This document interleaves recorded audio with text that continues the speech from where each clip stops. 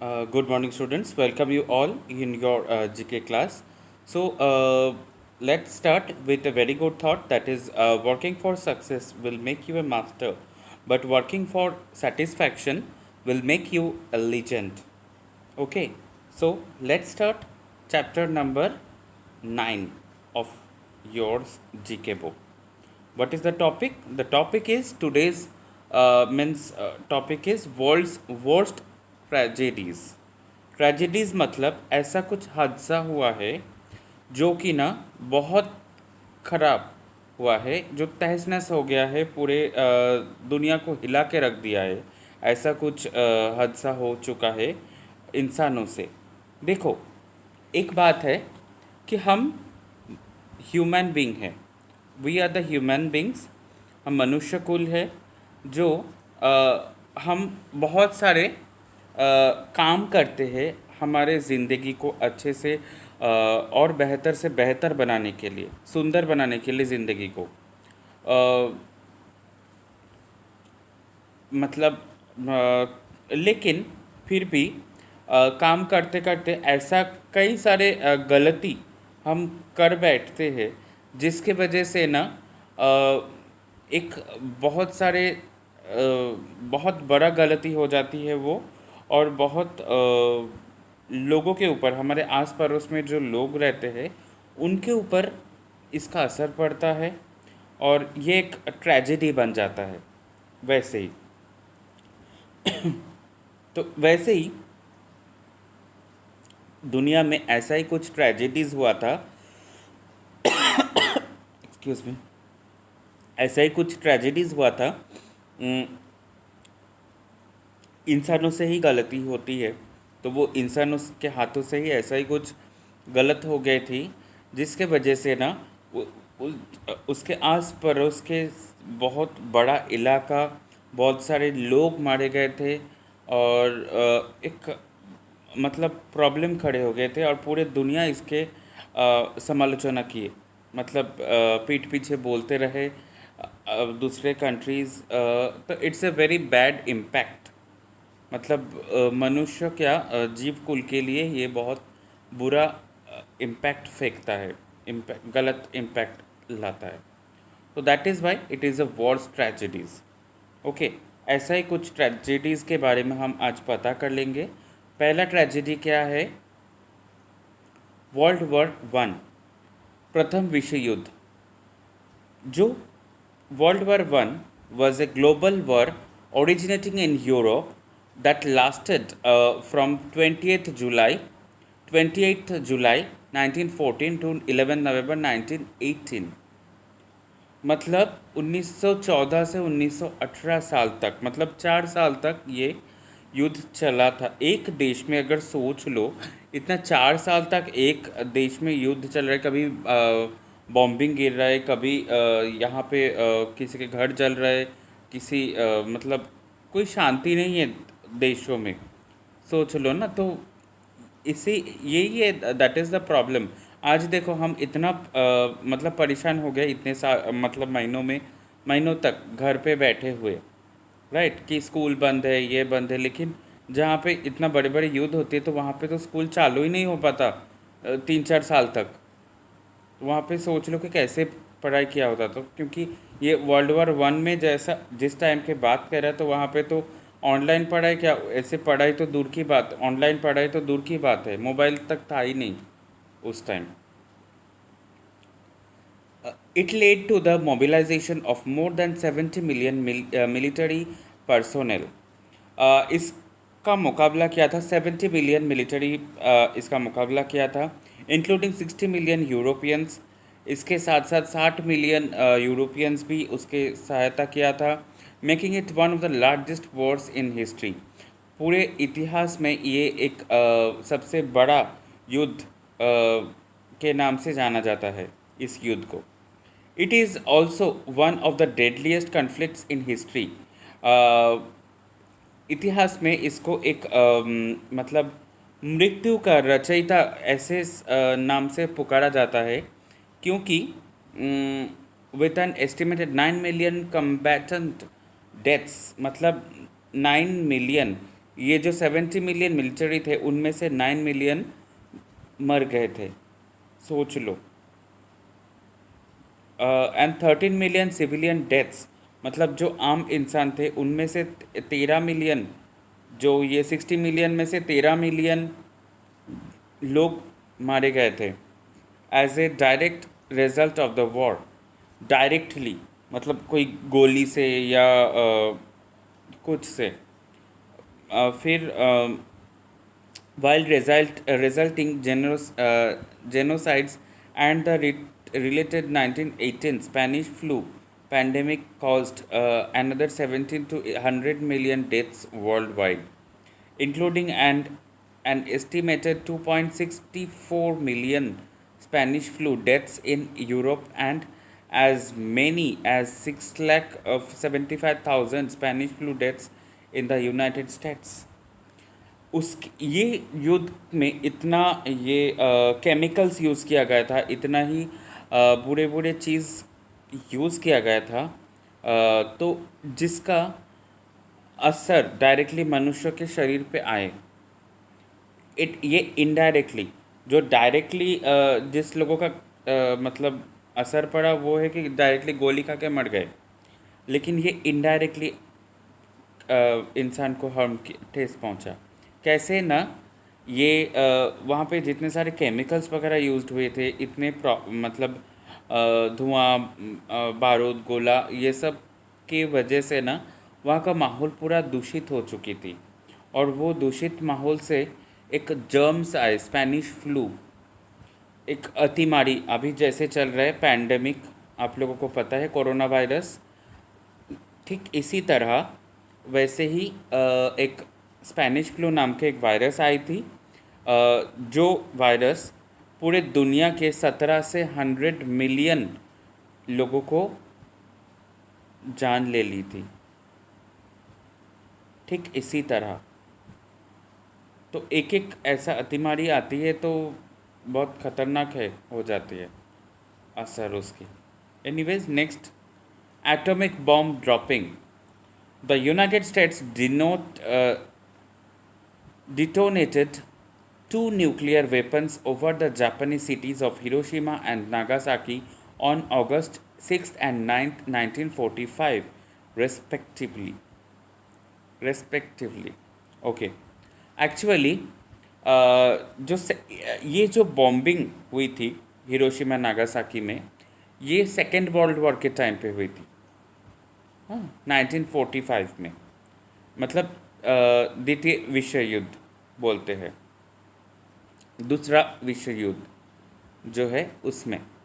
तो ये जो सेकेंड वर्ल्ड वॉर हुई थी उसमें क्या हुआ था, अमेरिका ने, यूनाइटेड स्टेट्स ऑफ अमेरिका ने जापान के दो बड़े बड़े शहर के ऊपर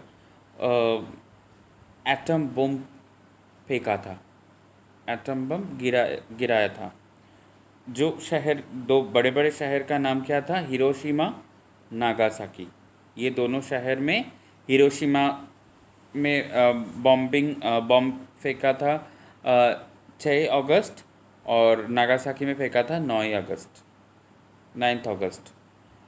ये दोनों शहर में मतलब आज तक भी इसका एक बुरा असर चलते जा रहा है। जैसे कि कोई भी छोटा बच्चा जन्म लेता है, मतलब इसका इम्पैक्ट इतना ही खतरनाक हुई कि इतने सालों बाद आज तक भी इसका असर ख़त्म नहीं हुई। कोई भी बच्चा जन्म लेती है तो वो मतलब थोड़ा सा पैरालाइज्ड जन्म लेती है, ऐसे उस टाइम वहाँ उस जगह की ऐसे अभी मतलब खासियत हो गई। The two bombings killed between 1,29,000 and 2,26,000 people।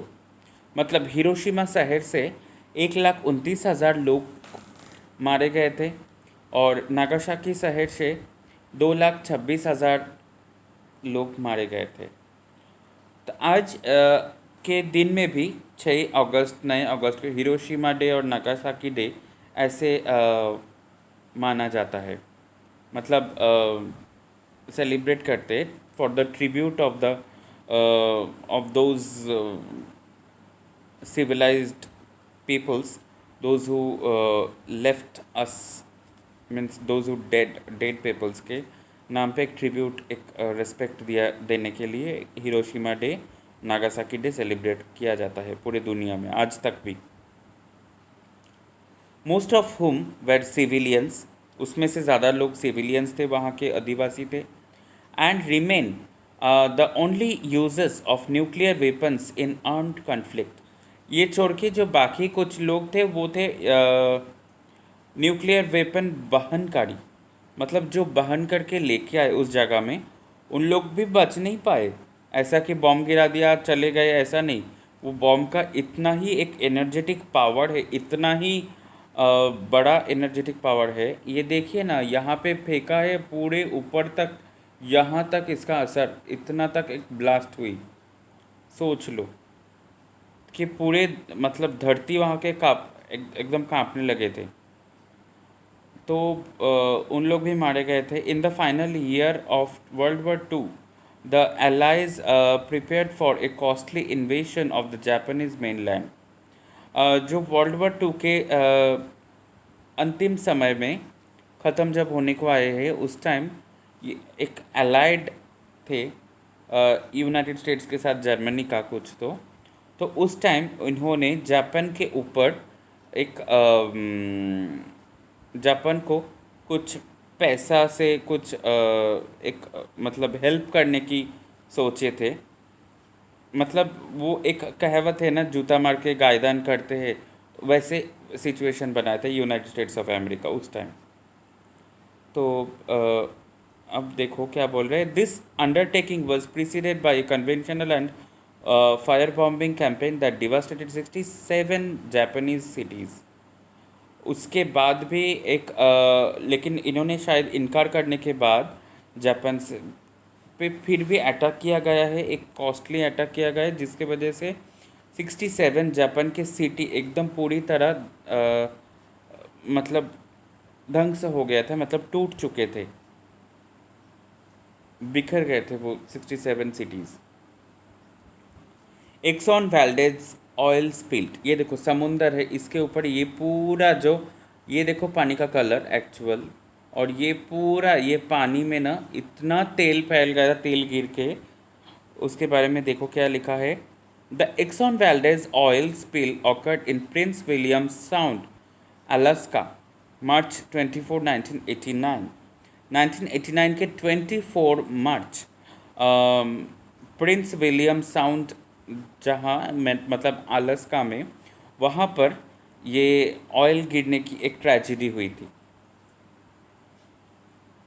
When Exxon Valdez and oil tanker, एक ऑयल टैंकर था, मतलब पानी का कुछ पानी में से मतलब कोई ऑयल टैंकर जा रहे थे एक जगह से दूसरे जगह, जिसका वो ऑयल टैंकर का नाम क्या था जहाज के तौर साथ, तो उसका नाम क्या था, axon वाल्डेज।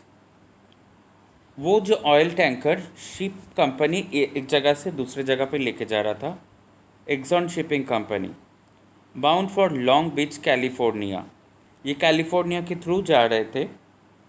Struck Prince William Sound's Bligh Reef, ये बीच में ना वहाँ पर Prince William Sound's Bligh Reef, वहाँ पर कोरल के कुछ कुछ जगह से, तो उस जगह पे अटक गए थे, स्टक हो गए थे। 1.5 metre west of Tatitlek Alaska, Alaska के टटिट लेक से 1.5 मीटर है इसका दूर, and spilled 10.8 million US gallons of crude oil over the next few days. मतलब वहाँ पे अटक के ना 2-3 दिन वहाँ पे बंद पड़ा था। तो उसी टाइम 10.8 मिलियन यूएस गैलन्स, मतलब कितना तेल हो सकता है, इतना तेल, मतलब 37,000 टॉन्स क्रूड ऑयल उस वहाँ पे पानी के ऊपर पूरा फैल गया, मतलब गिर गया। It is considered the worst oil spill world wide in terms of damage to the environment. ये एक मतलब बहुत ख़राब हादसा हुआ, क्योंकि इसके वजह से एक ये जो तेल गिरा ना पानी में, इसके वजह से जो हमारे एनवायरनमेंट मतलब जो पर्यावरण है इसके ऊपर एक बुरा असर पड़ा। जैसे जो मतलब पानी का जो मतलब इंसेक्ट्स बोलो, जो एनिमल्स रहते हैं ना पानी में, जो फिश है, जो कि ना क्या बोलते हैं, कुछ बड़े बड़े शार्क्स है, ये जो वो भी तो हमारे एनवायरनमेंट को ठीक रखते हैं, right? It's a biological circle. तो इसी हिसाब से देखा जाए तो उन लोगों के ऊपर बहुत बुरा असर पड़ा था। मतलब उन सब एनिमल्स के ऊपर बुरा असर पड़ा था। उन सब एनिमल्स मारे गए थे ये तेल पीकर। ये इतना ही मतलब जहरीली थी उन एनिमल्स के लिए। The Valdez spill is the second largest in US waters after the 2010 Deepwater Horizon oil spill. ये एक वैल्डेज स्पिल एक हादसा हुआ था। इसके पहले भी एक हादसा हुआ था ये तेल गिरने की। कहाँ है? Deep water horizon oil spill, जो कि ना यूएस में हुआ था 2010 साल में।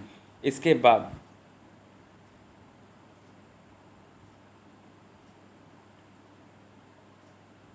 इन टर्म्स ऑफ वॉल्यूम रिलीज्ड, मतलब इसमें भी इतना ही या इससे ज़्यादा भी वॉल्यूम का तेल गिरा था। अब देखो, deep water horizon oil spill. The deep water horizon oil spill was an industrial disaster that began on April 20, 2010। 2010 के 20 अप्रैल में डीप वाटर हॉराइजन ऑयल्स गिर गया था। कहाँ पर हुआ था ये? In the gulf of Mexico. Mexico के जो गल्फ है, मतलब जहाँ पे एक क्या बोलते हैं, गल्फ मतलब एक जॉइन करते हैं ना, एक जगह से दूसरे जगह को समुंदर के साथ, that is called a gulf. मतलब मुंबई में जो ये थाने क्रीक वगैरह है, इसी के तरह ही होते हैं। मतलब समुंदर में ही एक साइड से दूसरे साइड को जॉइन करते हैं।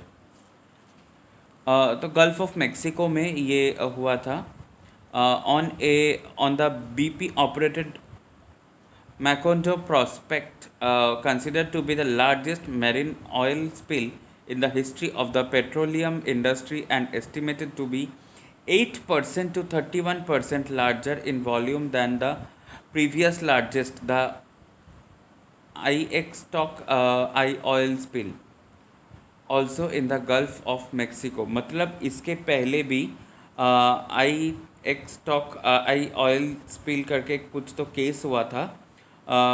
इसके पहले भी यहाँ पे तेल गिरी थी, लेकिन इसके बाद ये जो डीप वाटर हॉराइजन ऑयल ये है, ये देखो यहाँ से यहाँ पर जहाज जा रहे हैं ना, और ये पूरा इतना तेल गिरा था, इतना तेल अमाउंट का तेल गिरा था। 8% से 31% लार्जर, मतलब ज़्यादा तेल गिरी थी उस जगह में, जो कि ना एक मतलब ये इतिहास में सबसे बड़ा ट्रेजेडी है तेल गिरने की। The US federal government estimated the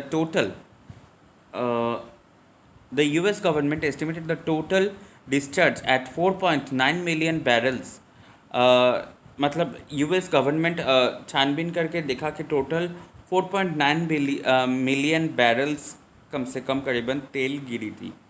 After several failed efforts to contain the flow, the well was declared sealed on September 19, 2010। मतलब बहुत कोशिश करने के बाद भी वो तेल निकाल नहीं पाया वहाँ से। तो इसके वजह से उस जगह को ना सील कर दिया गया है 2010 के 19 सितंबर के अंदर। World War II, also known as WW2, was a global war that lasted from 1939 to 1945. इतने सालों के अंदर हुई थी. It involved the vast majority of the world's countries, including all the great powers, forming two opposing military alliances known as the Allies and the Axis, in a state of total war, directly involving more than 100 million people from more than 30 countries. ये world war to में ना total 100 million लोग मतलब मारे गए थे, उनको जान खतरे में गए थे, और 30 कंट्री से भी ज़्यादा देश इसके हिस्सा बने थे, और मतलब उनका भी ऊपर भी बुरा असर पड़े थे. The major participants through their entire economic, industrial, and scientific capabilities behind the war effort, blurring the distinction between civilian and military resources. Bhopal gas tragedy, ये भी एक बहुत बुरा गैस ट्रेजेडी हुआ था. भोपाल आप लोग पता है, it is in MP. MP का कैपिटल है Bhopal. The Bhopal disaster, also refer to as the Bhopal gas tragedy, was a gas leak incident on the night of 2 to 3rd December. मतलब रात 12 बजे उस टाइम हुआ था, 12 बजे के बाद हुई थी ये, तो इसीलिए 2 से 3 दिसंबर 1984 मिडनाइट पे हुआ था. सब लोग जब सोए थे उस time, at the Union Carbide India Limited pesticide plant in Bhopal, Madhya Pradesh. Bhopal में एक यूनियन कार्बाइड इंडिया लिमिटेड नाम से एक UCIL नाम के एक कंपनी थी, जहाँ पे पेस्टिसाइड्स तैयार होती थी, और उस पेस्टिसाइड्स के वहाँ से कुछ इतना ही बुरा गैस निकला कि पूरे शहर में ये फैल गया, और भोपाल सिटी इतना वर्स्ट कंडीशन में चले गए थे. सब लोग खांसी, बीमार. रात को जब लोग सोए थे, किसी का अंदाज़ा भी नहीं था कि ऐसा होने वाला है कुछ प्रॉब्लम्स. दिन के टाइम पे होते तो लोग भाग भी सकते एक जगह से दूसरे जगह, या कुछ कर सकते थे. लेकिन over 5 lakh people were exposed to methyl isocyanate gas. Methyl isocyanate is a very bad gas. मतलब एक बहुत खतरनाक और मतलब खतरनाक गैस है, जिसके वजह से लोग मर जाते हैं. तो मिथाइल आइसोसाइनाइट गैस, ये 5 लाख लोगों के ऊपर इसका बुरा असर पड़ा था. The highly toxic substance made it's way into and around the small towns located near the plant. मतलब ये जो प्लांट के आस पड़ोस में जो छोटा मोटा शहर था, या फिर जितने सारे गांव थे, वहाँ पे पूरा फैल के पूरा ही तहस नहस कर दिया है उस जगह को. ये देखिए यहाँ पे एक छोटा सा बच्चा, ये भी गुजर गया ये तेल के वजह से. इस मतलब ये गैस के वजह से उसका आँख जल गया, आँख नहीं है अभी, उसका शरीर जल गया, कुछ है नहीं. सिर्फ ये है union carbide company, UCIL company जो है, कि किसी इंसान के गलती के वजह से हुआ है, बट इसका एक असर पूरा दुनिया को हिला के रख देते हैं. ऐसा कुछ हादसा हो जाते हैं. Next, 3 Mile Island accident. The 3 Mile Island accident was a partial meltdown of Richter number of 2 of 3 Mile Island nuclear generating station in Dauphin country. Actually यहाँ पर ना 3 आइलैंड थी, उनमें से एक आइलैंड पूरा पिघल गए, मतलब मेल्ट डाउन हो गए. कैसे? नंबर 2, अच्छा 2 आइलैंड पूरी तरह से मेल्ट हो गया था. Okay. In डॉफिन country, Pennsylvania, near Harrisburg, and subsequent radiation leak that occurred on March 28, 1979. 1979 28 मार्च ये हादसा हुई थी पेंसिल्वेनिया में. It is the most significant accident in US का मतलब यूनाइटेड स्टेट्स ऑफ अमेरिका का एक सबसे बड़ा एक्सीडेंट था ये. It's a commercial nuclear power plant history on the 7-point international nuclear event scale the incident was rated a 5 as an accident with wider consequences. इसका भी एक बहुत बुरा असर पड़ा था जनजीवन के ऊपर। तो आज के जो इतने सारे ह्यूमन ट्रेजेडीज़ हुई है, ये पूरी दुनिया के बारे में हम छानबीन किया, जानकारी लिए। तो आप लोग जब लेसन्स पढ़ोगे तो वो बहुत ध्यान से पढ़ना, कौन से डेट में, स्पेशली मैं किसके ऊपर ध्यान देने के लिए कह रहा हूँ कि कौन से डेट में ऐसा हादसा हुआ था और साथ में कौन से जगह पे ये ऐसा इंसिडेंट हुई थी। ये दोनों चीज़ को याद रखना है आप लोग को। ओके। और जैसे सपोज छोटा मोटा, जैसे अगर कुछ यहाँ पे बोला गया कि कौन से गैस, भोपाल गैस लीक के गैस लीक जो ट्रेजेडी हुई थी, हादसा हुई थी, उस ट्रेजेडी में जो कंपनी था उसका क्या नाम था, तो आपको लिख बोल सकते हैं यूनियन कार्बाइड प्राइवेट लिमिटेड, जो भी है उसका UCIL इंडस्ट्रियल लिमिटेड। और जो गैस निकले थे वहाँ से, ये छोटे छोटे क्वेश्चंस आपको दिमाग में ऑटोमेटिकली आ जाएगा। हर लाइन में आपको क्वेश्चंस नहीं मिलेगा, लेकिन जो जो क्वेश्चंस मिल सकता है वो एक बार पूरी तरह से लर्न करो। कौन से गैस निकले थे वहाँ से, ये भी क्वेश्चंस आ सकता है। ओके।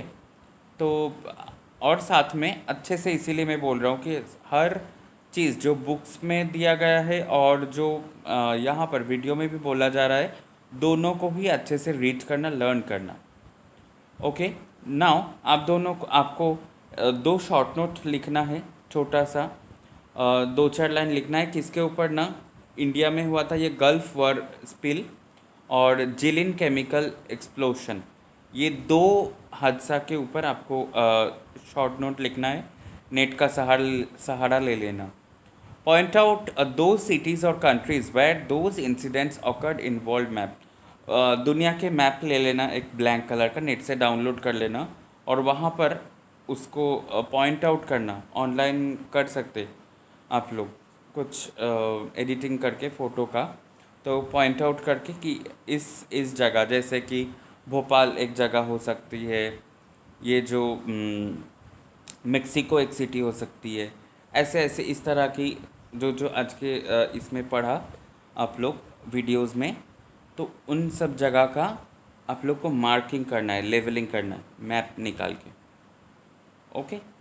चलो, now we will move to chapter number 10। Chapter number 10 में क्या बोला गया है? The lost cities of the world. दुनिया में ऐसे कई सारे सिटीज़ है, शहर है, जो कि ना खो गए हैं।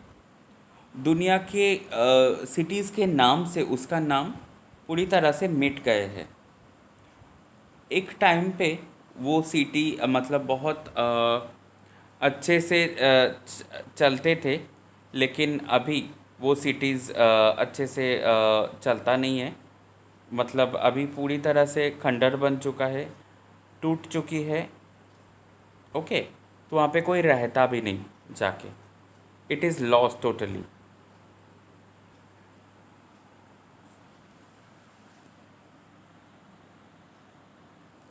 पहला है, देखो, पॉम्पी।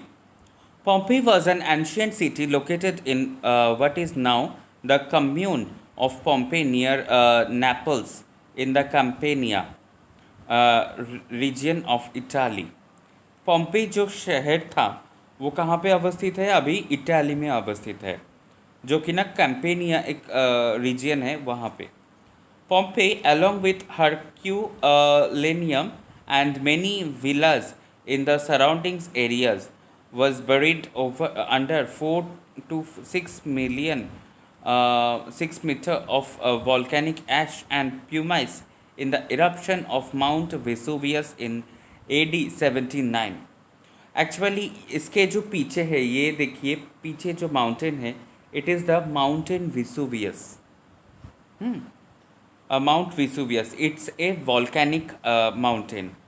मतलब जो जब वॉल्केनो होते थे वहाँ से, तो ये जो लाभा वगैरह वॉल्केनो से निकालते हैं ना, तो वो लाभा के बुरी तरह असर पड़ के ये जो पूरा गांव थे, ये जो पोम्पेई शहर थे, ये पूरा ख़त्म कर चुका दिया था। और उसके लाभा के नीचे ना ये बहुत लोग मारे गए थे। मतलब जल गए थे, उनका डेड बॉडी आज तक भी ऐसे ऐश के तरह दिखने को मिलती है वहाँ पे, जैसे आपके बुक्स में भी दिया गया है। देखो, the city was completely buried by volcanic ash when Mount Vesuvius erupted in AD 79. Its excavation started in 1748. ये ख़त्म होने के प्रोसीडियर शुरू हुई थी 1748 में, and since then many treasures have been discovered. बाद में सॉरी, इसको ख़त्म होने की प्रोसेस नहीं, ये ख़त्म हो चुकी थी बहुत पहले AD 79 में, लेकिन इसको खोदने की, इसको इस जगह को खोदने की सिलसिला शुरू थी 1748 में, और बाद में इस जगह से बहुत सारे ट्रेजर्स, मतलब बहुत सारे धन संपत्ति ये भी मिला था, which include beautifully preserved murals और वॉल पेंटिंग्स, बहुत सारे वॉल पेंटिंग्स भी मिली थी। Today it has become the UNESCO world heritage site and is one of most popular tourist attractions of Italy. आज ये इटाली का एक सबसे खूबसूरत जगह है देखने के लिए, और ये एक वर्ल्ड हेरिटेज साइट यूनेस्को के तरफ से घोषित किया गया है। More than 25 lakh more than 25 lakh visitors visit this site every year। मतलब इस जगह पे हर साल 25 लाख लोग घूमने आते हैं, देखने आते हैं। Okay, next, Troy.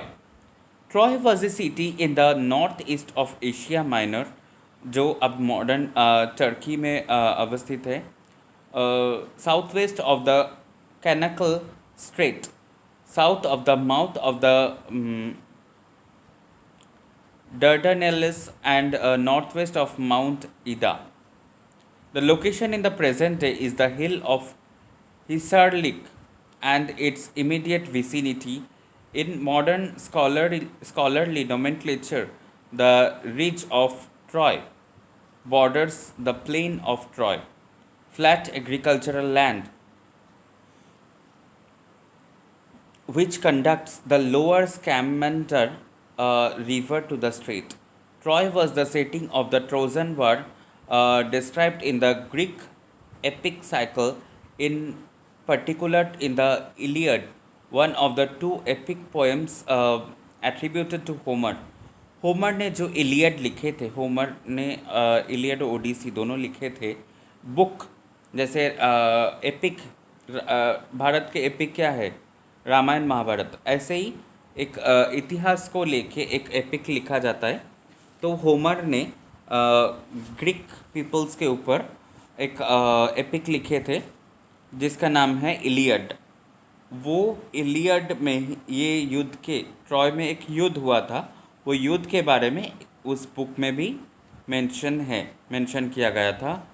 ये river to the strait, okay, ये एक्चुअली यहाँ पे बहुत सारे एग्रीकल्चरल लैंड है, फ्लैट ज़मीन है। ये एक्चुअली ट्रॉय में एक युद्ध हुआ था, उसके बाद यहाँ के सब लोग मारे गए और पूरा जगह खाली कर दिया गया है एक्चुअली। तो इसीलिए ये जगह तब से खंडर बन के रह रहे हैं। The city was once thought to have existed only in legends. यहाँ पे बहुत बड़े बड़े लोग रहा करते थे, एक समय थे, but it's site was discovered in the 1870s। 1870 दशक में ये इस शहर को नए तरीके से खोदा गया और इसको निकाला गया। It is located in present day Turkey. वही it is best known for being the setting of the Trojan war which has been described in the Greek epic Iliad by Homer. जो ट्रॉय में युद्ध हुआ था उसको Trojan war भी कहला जाता है, और ये इलियड बुक में भी इसका मेंशन है।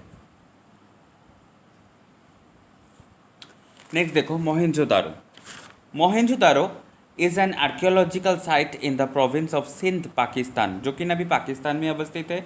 मोहनजोदारो ये जो जगह है सिंधु प्रदेश में अवस्थित है पाकिस्तान की। वो उसके बाजू में से ही सिंधु नद, जो सिंधु माता, जैसे हम गंगा नदी को माता के रूप में पूजा करते हैं, तो वो सिंधु माता के रूप में भी सिंधु नद को पूजा करते हैं। तो वो सिंधु नद के बाजू में से है ये मोहनजोदारो सिटी ये तैयार बनाया गया था पहले 2500 BCE, उस टाइम का सिटी है ये। आप लोग देखे होंगे आशुतोष गवाड़ीकर का वो मूवी, ऋतिक रोशन ने एक्टिंग की थी, मोहनजोदारो आए थे। तो वो शहर देखने के बाद मोहनजोदारो के साथ क्या हादसा हुई थी वो थोड़ा क्लियर हो जाता है। लेकिन वो लेके भी काफ़ी सारे मतलब लोगों के अंदर मतविरोध है कि इस तरह से ये सिटी ख़त्म नहीं हुई थी, उस तरह से हुई थी। यहाँ पे मूवी में दिखाया गया कि मोहनजोदारो ख़त्म हो गई थी, बाढ़ आए थे इसीलिए। लेकिन अब बाढ़ आए या कुछ अतिमारी हुई थी या फिर भूकंप हुई थी या फिर जो भी है, it's not clear till now. It was one of the largest settlements of the ancient Indus Valley civilization and one of the world's earliest major cities. बहुत पुराने मेजर सिटीज़ में से एक है ये जगह Mohenjodaro. contemporaneous with the civilizations of ancient Egypt, Mesopotamia, Minoan Crete and Norte Chico। इतने जो जगह है मतलब Egypt, Mesopotamia, Minoan, Crete and Norte Chico, इन सब जगहों के साथ इस जगह का कंपेयर किया जाता है इतिहास में, इतना ही पुराना है। Mohenjodaro was abandoned in the 19th century BCE as the Indus Valley civilisation declined. ये इंडस वैली सिविलाइजेशन का एक सिविलाइजेशन था। मोहनजोदारो और हड़प्पा ये दोनों शहर बने गए थे उस टाइम, लेकिन उनमें से मोहनजोदारो बहुत फेमस हुई थी और ये 19th century में इसको पूरी तरह खाली कर दिया गया था। And the site was not rediscovered until the 1920s। और उस जगह 1920 साल तक कोई मतलब उस जगह के बारे में कुछ छानबीन हुई नहीं थी, किसी को पता भी नहीं थी, बाद में पता चला। Significant excavations has since been conducted at the site of the city, which was designed a UNESCO World Heritage Site in 1980। 1980 साल में यूनेस्को के तरफ से इसको वर्ल्ड हेरिटेज साइट घोषित किया गया है और इसका खनन कार्य अभी तक चल रहा है। मतलब अभी भी कई कई जगह में खोद के देखते हैं कहीं पे मिला है कि नहीं, कुछ पत्थर खंडर मिलते तो वो निकालते हैं, ऐसे ऐसे। The site is currently threatened by erosion and improper restoration. Machu Picchu. Machu Picchu is a 15th century। अच्छा ओके, मोहनजोदारो के बारे में एक बात करनी थी। यहाँ पे बोला क्या गया है, मोहनजोदारो को किसने डिस्कवर किया है? बाई राखालदास बैनर्जी। राखालदास बैनर्जी वो एक हिस्टोरिक थे, उनके नेतृत्व में ये वहाँ के खनन कार्य शुरू हुई थी। ओके, चलो अभी देखते हैं माचू पिचू। माचू पिचू ये इनका सिटाडेल शहर के ऊपर 15th century में बना हुआ एक शहर है जो कि ना पेरू में अवस्थित है। पेरू है, लीमा साउथ अफ्रीका के एक कंट्री है। तो वो लीमा के कंट्री है, मतलब कैपिटल है पेरू। तो वहीं पे पेरू से पेरू के वहाँ पे एक माउंटेन है जिसका हाइट है 2430 मीटर ऊंचाई है। उसके वैली में ये देखिए, ये वैली है माउंटेन के, ये वैली में ये शहर बनाया गया था बहुत पहले। It is located in the Machu Picchu district within Urubamba province above the Sacred Valley. ये जो एक प्रोविंस मतलब एक स्टेट के ऊपर स्टेट में ये माचू पिचू डिस्ट्रिक्ट है।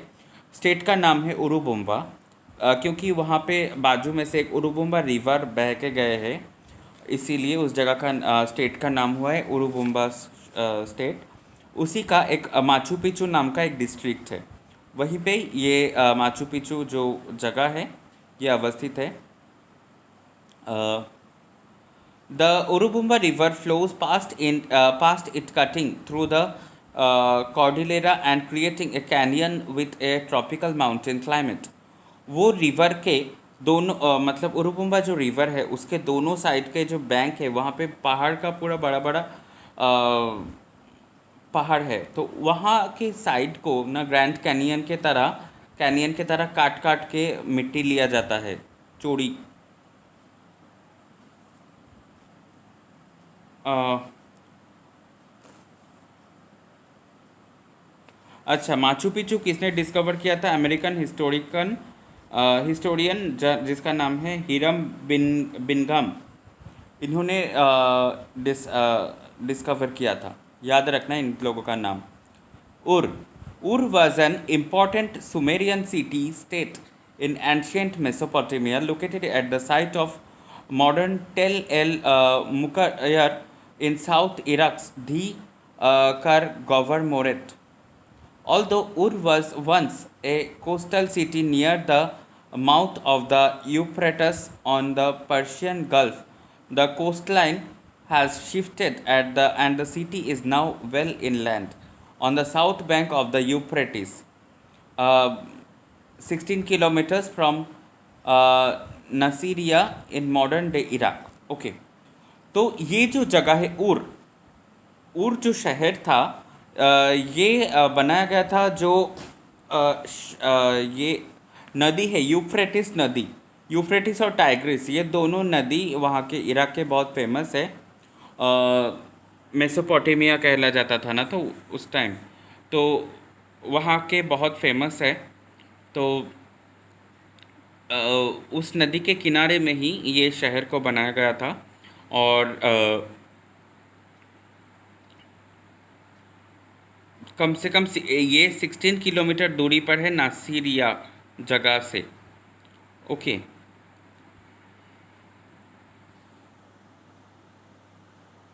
इसके बारे में भी बुक में क्या बोला है? Once it was one of the greatest cities in the world. ये दुनिया में एक टाइम था जब दुनिया के बहुत फेमस सिटीज़ में से एक थे। But it was abandon in the 4th century BC। इसको खाली कर दिया गया था, परित्याग किया गया था 4th सेंचुरी BC में। Its magnificent royal tombs and other sites were excavated by archaeologists between 1922 to 34। इसके ये जो बड़े बड़े जो यहाँ पे दीवारें हैं, साथ में कुछ कई सारे मूर्तियाँ भी है, वो सब निकाले थे आर्कियोलॉजिस्ट्स लोग ने। कब ना between 1922 to 34। It is located in Iraq.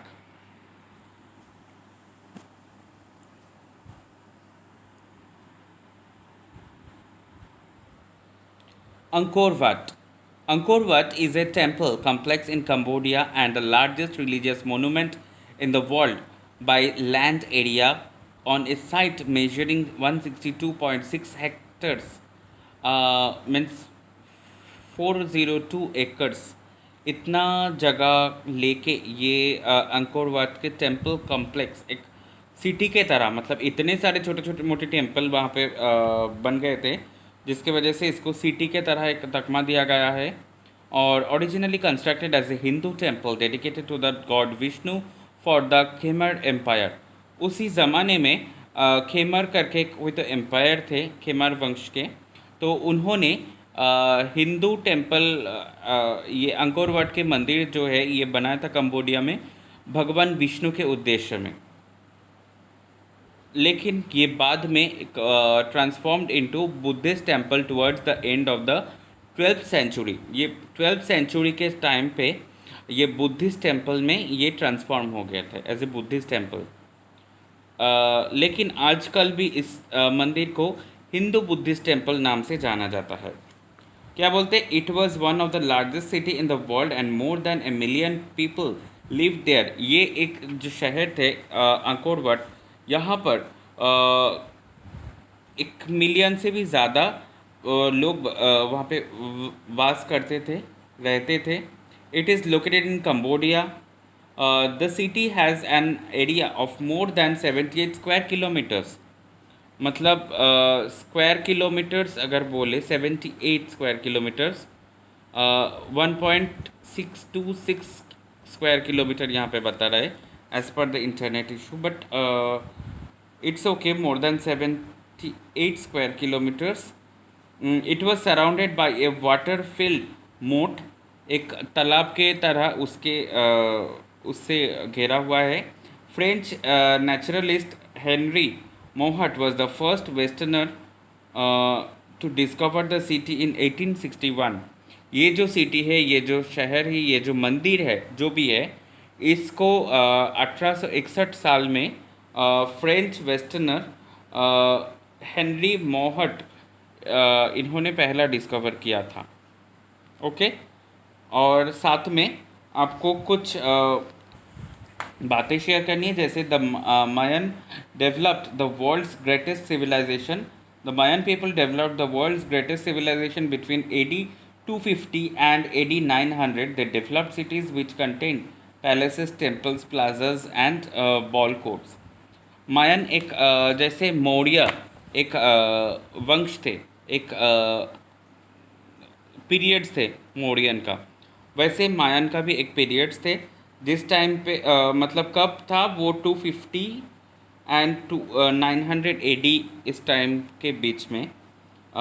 और इसी इनके समय में बहुत सारे पैलेसेस, बहुत सारे मंदिर, प्लाज़ा, बॉल कोर्ट, इन सब चीज़ों की डेवलपमेंट हुई थी, मतलब बनाए गए थे. ओके. और आपको नाउ फाइंड आउट जो है ये भी फिलअप करना है. ओके. तो we have come to an end of our today session. First homework is read the lesson properly and complete the work of page 22 and 21 from your GK book. ये जो देखो 2021 का जो फिल इन द ब्लैंक्सेस वगैरह है, ये तो करना ही है आप लोग को. साथ में नाउ फाइंड आउट के जगह में भी जो है वो भी करना है. ओके. और साथ में एक क्योंकि यहाँ से भी क्वेश्चंस आ सकते हैं, और साथ में आपको जो करना है वो है you have to read out properly each and every informations. Okay. जहाँ पे पढ़ने के बाद आपको लगता है कि यहाँ से क्वेश्चंस आ सकते, तुम लोग क्लास 8 का स्टूडेंट हो अभी, तो इसी हिसाब से पढ़ाई करो, रीडिंग करो, तो आप लोग को समझ में आ जाएगा. Find out some India's lost cities and write some informations about it. Okay. भारत में भी कई सारे ऐसा शहर थे जो कि ना पूरी तरह से खो चुके हैं, लॉस्ट सिटीज़ है, तो उनका खोज करके आप लोग एक छोटा सा कुछ इन्फॉर्मेशन या उसका नाम लिख सकते हो. ओके. जैसे एक का नाम तो मैं अभी बता रहा हूँ, द्वारका. भगवान श्री कृष्ण की पुण्य भूमि थी वो. द्वारका गुजरात के उस तरफ है, समुंदर के गर्भ में पूरी तरह से डूब गए हैं, विलीन हो गए समुंदर में. अभी तक वो द्वारका की खोज चल रहे. कई लोगों ने बड़े बड़े पत्थर या कुछ तो दिखा समुंदर के नीचे, आज भी द्वारका की खोज करते हैं लोग, जिसकी वजह से एक भ्रम है या सही बात है वो पता नहीं, कि इट्स ए पौराणिक कहानी से आई है, इसीलिए लोग छानबीन करते, खोज करते. बट इट हैपेंड, मतलब सच में है, ऐसा दिखने को भी मिला. एनीवेज, तो ऐसा ही कई सारे सिटीज़ के बारे में आप लोग नेट पे सर्च करके थोड़ा पता करो, और you can share to all of us. Okay. Thank you so much and all the best बच्चे for your S7 I mean half yearly examination. 20 marks का क्वेश्चन आएगा, नो प्रॉब्लम. जैसे आप लोग पिछले जो PT1 एग्ज़ाम दिए थे उसी के तरह होगा बिल्कुल. 1 मार्क्स का 20 क्वेश्चंस है, आप लोग को ऑलरेडी पता हो चुकी है. ब्लूप्रिंट देखे हो आप लोग, सिलेबस देखे हो, सब कुछ. सारे इन्फॉर्मेशंस बुक की अच्छे से ध्यान से पढ़ा करना, कोई इन्फॉर्मेशंस छोड़ना नहीं, मैं ये कह रहा हूँ बार बार. ओके. So thank you so much, thank you for the today session. All the best for your exam.